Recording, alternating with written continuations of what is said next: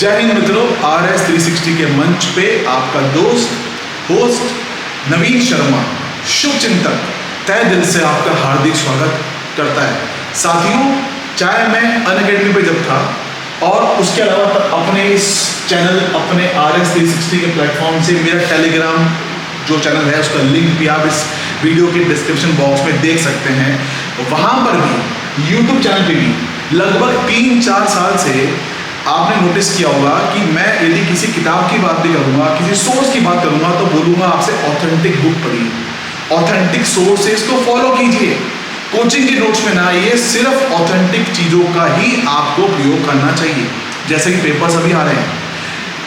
और मेरे इस प्लेटफॉर्म से क्या मैंने हमेशा कोशिश करी, दुनिया जो है या आप ऐसे कहें कि आज का युग जो है एक संभावनाओं का बाजार है, एक मार्केट है पॉसिबिलिटीज़ का। कुछ लोग सही जानकारी देते हैं, कई बार रूमर्स भी डिफरेंट जगहों से आती है, लेकिन आप सबसे मेरी सख्त हिदायत है उसी चीज़ को देखें, उसी चीज़ को फॉलो करें जब आपको खुद एक लगे कि हाँ ये verified to the point cut to cut information है। मैंने आपको जब भी कोशिश करी है किसी भी चीज़ के बारे में बताया है तो ऐसे हवा में बात नहीं करी। देखिए अल्टीमेटली सरकार जो चाहती वही होता है, RPC जो करेगी उसकी अपनी एक ऑटोनोमस, उसका अपना एक अस्तित्व है। ना तो मैं बहुत ज़्यादा कह सकता हूँ ना आप ज़्यादा कह सकते हैं, लेकिन एक संभावनाएं जो होती हैं, कुछ हम जाते हैं, हम किसी ऑफिस जाते हैं, हम कोशिश करते हैं कि ऐसी कोई जानकारी मिले जो आपके उपयोगी हो। तो आज मैं बात करूंगा आपसे इन दो पर्टिकुलर पॉइंट्स के बारे में। पहला, क्या EORORS में शामिल होगी या नहीं। आप में से तमाम लोगों ने मुझसे टेलीग्राम के माध्यम से, तमाम सोशल मीडिया के माध्यम से पूछा कि ये बताइए RS में शामिल हो रही है या नहीं हो रही, हम अपनी तैयारी का पैटर्न उसके अकॉर्डिंग बदले या ना बदले। और ऐसा ही भर्ती 2025 के बारे में, अभ्यर्थना के बारे में काफ़ी लोग जो हैं आप में से मुझसे लगातार पूछ चुके हैं। तो आज इन 2 पॉइंट से बात करूंगा, साथ ही बात करूंगा कि क्या EOR 2025 की वित्तीय स्वीकृति वो कब तक होना संभावित है और उसमें कोई पेच फंसा है क्या, कोई पेच फंसा है, कोई तकनीकी समस्या है, उसके बारे में बात करेंगे आज यहाँ पे। तो ये 2 पॉइंट्स, मेरा केंद्र सरकार का अनुभव, UPSC का अनुभव, और तब आप देख सकते हैं टेलीग्राम चैनल पे भी करंट अफेयर में मैंने बहुत सा स्टफ शेयर किया था जो कि मैंने आपसे ऑलरेडी कहा पिछले उस सेशन के माध्यम से कि एक बार ये बिल्कुल हवा जो है ना बिल्कुल उस दिशा में, सही दिशा में बहेगी तो आप करंट अफेयर का ऐसा रूप दिखेंगे जो आपको एग्जाम फायदा करेगा। वहाँ पर भी मैं ऑथेंटिक सोर्सेस जो आज के करंट पेपर के अकॉर्डिंग तो वहाँ फॉलो करने वाला हूँ। तो खैर बात करते हैं। तो पहली बात 11 जुलाई 2025 की बात है। 11 जुलाई 25 मतलब परसों के दिन मैं खुद DLV गया। ठीक है, देखिए साथियों, फ्राइडे का दिन था। मैं अपने जो मेरा केंद्र सरकार का काम है उससे अवकाश लेके, उस पर्टिकुलर एक्टिविटी से अवकाश लेके, सिर्फ क्योंकि ये जो टाइम है ऑफिस का जो भी ये कार्यकाल होते हैं, इनका जो कार्यकारी समय है वो 5:30 बजे तक होता है। लेकिन मैंने कहा कि इसकी पुष्टि करूंगा कि क्या RS में शामिल होने की बात हवाई है, कुछ सच्चाई है इसमें। मैं खुद गया, जहाँ जहाँ बात कर सकता था आपके मैंने बात करी, कोशिश की। तो 2 बातें निकल के आई जो मैंने टेलीग्राम चैनल पे भी शेयर की थी, उसके बारे में बात करूंगा। पहला, ये इस टेलीग्राम चैनल का लिंक जो आप इस वीडियो के डिस्क्रिप्शन बॉक्स पे देख सकते हैं, RS 360 मेरा टेलीग्राम चैनल। मैंने स्पष्ट तौर पर बोला था आपसे कि पहले भी लगातार कह चुका हूँ कि EOR भर्ती को RS प्रक्रिया, RS की जो परीक्षा की जो वो भर्ती प्रक्रिया है उसे शामिल करने में कुछ समस्याएं हैं जो विभाग ने स्पष्ट किया है। ये विभाग ने कहा है मुझसे। उन्होंने पहला कहा कि पहली बात यह है कि राजस्थान राज्य एवं अधीनस्थ सेवा नियम 1999 में परिवर्तन करना पड़ेगा, स्वायत्त शासन के जो नियम है उसमें परिवर्तन करना पड़ेगा, जो एक टेढ़ी खीर है, इतना आसान नहीं है। ये राजस्थान राज्य एवं अधीनस्थ सेवा नियम 1999 आपका DOPT कार्मिक विभाग के आधिकारिक क्षेत्र में आता है। इसका डोमेन क्या है, कौन इसको फोर्स करता है, आपका एनफोर्स करता है DOPT, department of personal training, कार्मिक विभाग। और जो स्वायत्त शासन सेवा नियम है, देखिए स्वायत्त शासन क्या है आपका, ये DLV एक्चुअली क्या, DLV सीधे तौर पर गवर्नमेंट के अंदर है। अगर आप ढंग से हमारा 73rd और 74th कॉन्स्टिट्यूशनल अमेंडमेंट, संविधान संशोधन देखेंगे तो आपको क्या नजर आएगा कि लोकल बॉडी गवर्नेंस जिसमें कि जो हमारा गवर्नेंस है उसमें सेंट्रल गवर्नमेंट, स्टेट गवर्नमेंट और थर्ड टियर, तीसरा चरण पंचायत और म्यूनिसिपैलिटी, थर्ड टियर। तो देखिए साथियों, ये स्वायत्त है, ऑटोनोमस बॉडी है डीएलबी। ये सीधे तौर पर सरकार के अधीन ही, ठीक है, वित्तीय स्वीकृति देनी पड़ती है, बहुत सा काम जो है वो आपका स्टेट गवर्नमेंट के थ्रू होता है, वो एक डिफरेंट एस्पेक्ट है। लेकिन ये एक स्वायत्त संस्थान है, अभी इन सेवा नियमों के अंदर नहीं आता। और विभाग ने स्पष्ट किया है, डीएलबी ने स्पष्ट करा है कि ये अभी इतना आसान नहीं है, ना ही ऐसा कोई होने का अभी हाल फिलहाल आशंका उनको लग रही है। कारण ये है, यदि इन सेवा नियमों में परिवर्तन करने लग गए, मान के चलिए 1 से 1.5 साल का समय लग गया। याद करो 2022 की ईओआरओ भर्ती, 2022 की जो ईओआरओ भर्ती आई थी आपकी, उसमें पहले ये था कि डीएलबी किसी थर्ड एजेंसी से एग्जाम कंडक्ट करवाती थी, जो कि 2015 में हुआ था। उसके बाद आपका 2022 के अंदर उसमें परिवर्तन किया गया नियमों के अंदर, उसमें तकरीबन 8 से 9 महीने का समय लगा था। जिन लोगों ने एग्जाम दिया वो जानते हैं कि उस पर परिवर्तन किया गया था। अब बैठना तो पहले पहुंच भी थी आरबीसी के पास में, लेकिन समय लग गया था। तो पहली चीज तो है। दूसरी बात ये है कि ये इसमें विधिक अड़चने भी हैं, लीगल इश्यूज कैसे हैं, ये नियम है, नियम कहां से डिराइव होते हैं, एक लॉ से नियम डिराइव होता है। अब आप एक स्वायत्त शासन के जो भर्ती प्रक्रिया है उसको आप स्टेट गवर्नमेंट का जो अल्टीमेटली जो डीओपीटी है, जो आपका राजस्थान राज्य अभिन्न सेवा नियम के लिए एक होल सोल एजेंसी है, यदि आप उसमें मर्ज करना चाहते हैं तो आपको एक प्रक्रिया से गुजरना पड़ेगा, उसमें विधिक प्रक्रिया या विधिक समस्याएं आनी है। तो विभाग ने तो ये कहा है मुझसे, जो मैं आपको वर्बाटिम पॉइंट टू पॉइंट बोल रहा हूं, कि ऐसा अभी कुछ नहीं है कि ऐसा हो रहा है या होने वाला है। जहां तक है, विभाग ये कह रहा है कि हम उसी प्रक्रिया के तहत इसको आगे बढ़ाएंगे जैसे लास्ट टाइम 2022 का आपका एग्जाम हुआ है। ये सीईटी की तरह मिनिमम एलिजिबिलिटी टेस्ट जो है ना, जो सीईटी आपका कॉमन एंट्रेंस टेस्ट, वो एक मिनिमम एलिजिबिलिटी टेस्ट जिसके बेस पे वीडियो का आने वाले समय में पटवारी का एग्जाम आप दे रहे हैं, वो आरएस प्री नहीं है। आरएस प्री में एक निश्चित संख्या 15 times of number of seat जो कैंडिडेट है वो चयनित किए जाते हैं। क्या पार्ट बी जो है आपका स्वायत्त शासन सेवा नियम में, जो पार्ट बी है म्यूनिसिपैलिटी एक्ट, क्या आरएस प्री में है?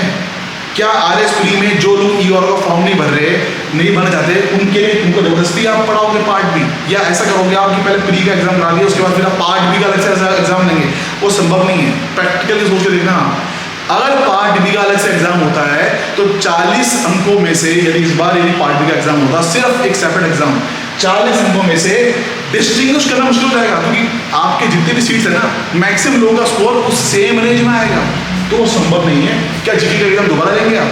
वो सीट ही पॉसिबल है, यहाँ पॉसिबल थोड़ा सा नहीं कम प्रतीत मुझे होता है, और विभाग का भी यही कहना है।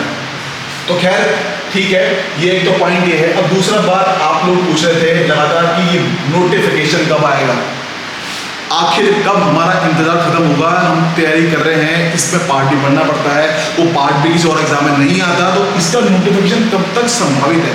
तो साथियों, पहली बात मैं स्पष्ट कर दूं, 11 जुलाई को ही ये फाइल वित्तीय जो आपके जो फाइनेंस डिपार्टमेंट है उससे वापस भेजी गई है डीएलबी के पास। 11 जुलाई को फाइल वापस भेजी गई है, और उसमें क्या लिखा है, देखिए क्या लिखा है क्या नहीं लिखा है, ये तो ना तो मुझे मालूम ना डिपार्टमेंट को मालूम, ये तो जब जिसको जो प्रोसेस करेंगे तब सामने आएगा। लेकिन कुछ ऑब्जेक्शंस की बात निकल के आ रही है, कुछ स्पष्टीकरण की बात निकल के आ रही है, कहीं ना कहीं तो स्पष्टीकरण है, कुछ ऑब्जेक्शन मांगा गया होगा। स्वाभाविक तौर पे एक बड़ी भर्ती जिसमें ईओआरओ नहीं है, सिर्फ RI, revenue inspector, assistant revenue inspector, sanitary inspector, assistant sanitary inspector और कुछ और एलडीसी की पद है, तकरीबन 720 पद इंक्लूडिंग ईओआरओ। जब इतनी बड़ी भर्ती है आपकी, स्वाभाविक तौर पर फाइनेंस उसकी अच्छे से परीक्षण करेगा, देखेगा कि कमी पेशी ना रहे। तो जितना जो है जानकारी उसके अनुसार ये फाइल वित्तीय स्वीकृति जो है इसके भी नहीं हुई है, कुछ क्लैरिफिकेशन स्पष्टीकरण मांगा गया है, कुछ ऑब्जेक्शन लगाए गए हैं, विभाग इसको दूर करेगा, उसके बाद फिर आप देखेंगे शायद हो सकता है ये भर्ती आपको जल्दी देखने को मिले। तो नोटिफिकेशन कब तक आएगा, यदि इसका जवाब मैं देना चाहूँ, नोटिफिकेशन का जो जवाब है वो ये है, अगर मान लीजिए इसी मंथ जुलाई में कोशिश करेंगे पता करने की, यदि विभाग जुलाई में ये जवाब जो पूछे गए हैं विभाग द्वारा लिखकर भेज देता है। तो आप मान के चलें कि अगस्त में ये जो अभ्यर्थना है आरपीएससी भेज दी जाएगी, ये संभावित है। ठीक है, इसमें आगे पीछे समय हो सकता है क्योंकि डिपेंड करता है कि कब जवाब भेजा जाता है और उसको वित्तीय स्वीकृति कब मिलती है। फिर भी अगस्त को यदि मान के चलें, अगस्त में यदि भेजा जाता है तो आप जो है सितंबर या एट मैक्स अक्टूबर, बेटर ये है कि प्रक्रिया लंबी चलती है, अक्टूबर मान के चलें अक्टूबर में आपका नोटिफिकेशन आ सकता है।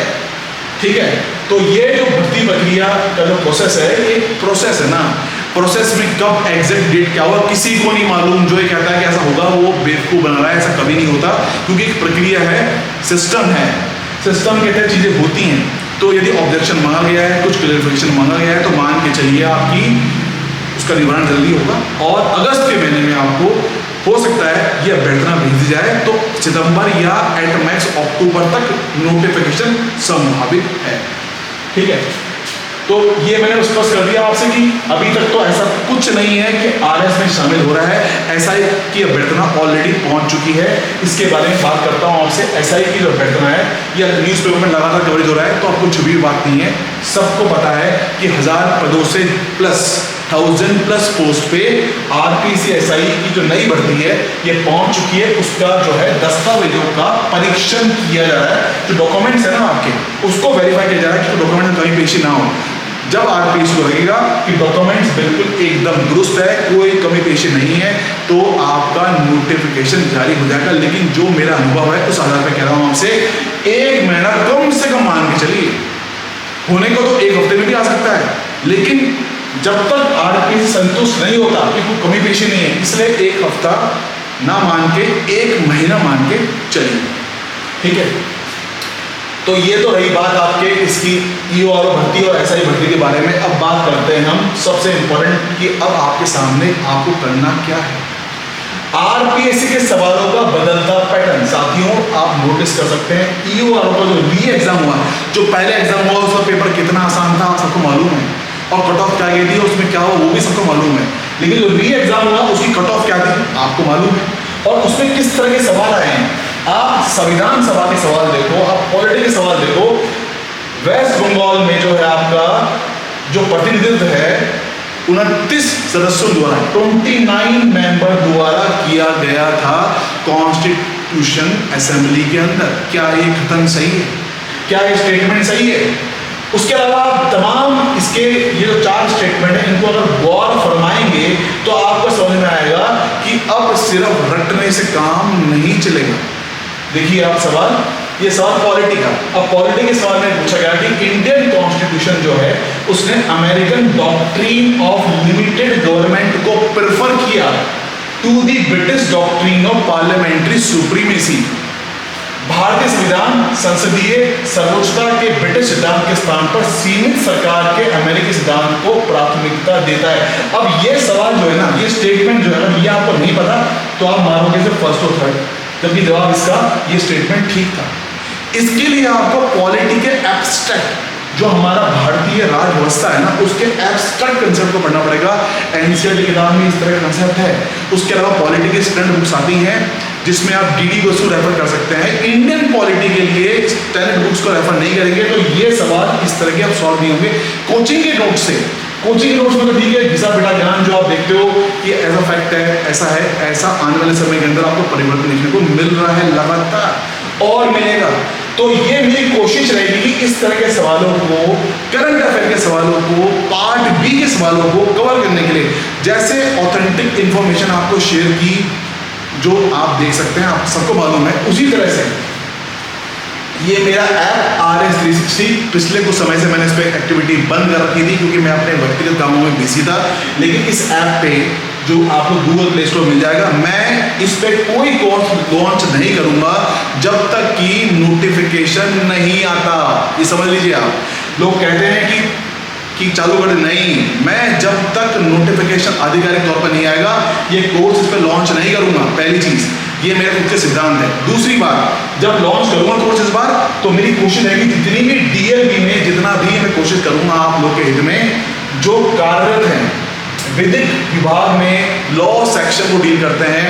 पार्ट बी की जो पार्ट बी में सिर्फ काम नहीं करते, पार्ट बी का जिनको प्रैक्टिकल एक्सपीरियंस है, जो दिन रात इस तरह के एक्ट नियमों से अपना जिनका पाला पड़ता है, उन लोगों को मैं बातचीत कर रहा हूं कि वो इसमें पार्ट बी आपको हेल्प करें, चाहे वो टेस्ट पेपर्स हो, टेस्ट सीरीज हो, चाहे वो आपका बैच हो, चाहे वो क्लासेस हो, चाहे और किसी तरह का पीडीएफ स्टफ हो। ठीक है, तो आरएस हो, आरएस के लिए, ईओआरओ के लिए और एसआई के लिए, इन तीनों पर मैं काम करूंगा आफ्टर नोटिफिकेशन। उस बीच में टीम का जो फैकल्टी है, इनसे मैं पूरा प्रयास करता हूं कि अच्छी टीम बने, जिससे आप लोगों को बहुत ही कम नॉमिनल फीस में बेस्ट आउटपुट मिलने का मेरा प्रयास रहे। तो साथियों, कुल मिला के ये चीज है, अभी से अपने स्ट्रेटजी बनाइए। अभी मैं यही कहूंगा, किसी का भी कोर्स लेने की अभी आवश्यकता आपको नहीं है। अभी इस समय क्या करना है आपको, जब तक नोटिफिकेशन नहीं आता, अभी आप अपनी तैयारी को थोड़ा सा एक नए आयाम, नया डायरेक्शन देते हुए स्टैंडर्ड सोर्सेज को रेफर कीजिए। उसमें आप पॉलिटी के लिए बुक्स पढ़िए, उसमें आप जो है अपना करंट अफेयर के लिए आप गवर्नमेंट वेबसाइट्स को रेफर कीजिए, प्रेस इंफॉर्मेशन ब्यूरो पीआईबी को रेफर कीजिए, डीडी न्यूज को रेफर कीजिए। और मैं भी अपने इस टेलीग्राम चैनल के माध्यम से कोशिश करूंगा, जैसे ही एकदम नोटिफिकेशन की आहट होगी, मैं करंट अफेयर का बिल्कुल एकदम फुल फोर्स इस पर लागू कर दूंगा। ठीक है, तो बिल्कुल चिंता की बात नहीं है, आपको अभी समय लगेगा। और दूसरी बात यह है कि ये आरएस में शामिल होने के चांसेस लगभग नेग्लिजिबल है। देखिए 100% तो कोई नहीं बोल सकता, सरकार को करना होता है, लेकिन जो जवाब मुझे मिला वो मैंने वर्बाटी बता दिया आपको। विभाग की नज़र में तो ये बहुत मुश्किल है, होने के चांसेस काफ़ी हद तक कमी है। तो साथियों, बहुत धन्यवाद आपका। आप सबका जो है तैयारी का आने वाले परीक्षाओं के लिए आप उसके लिए अच्छा काम करें, ये मेरी हमेशा वेल विशेष आपके साथ रही है। विदा लेता हूँ आपसे। Thank you very much, have a nice day.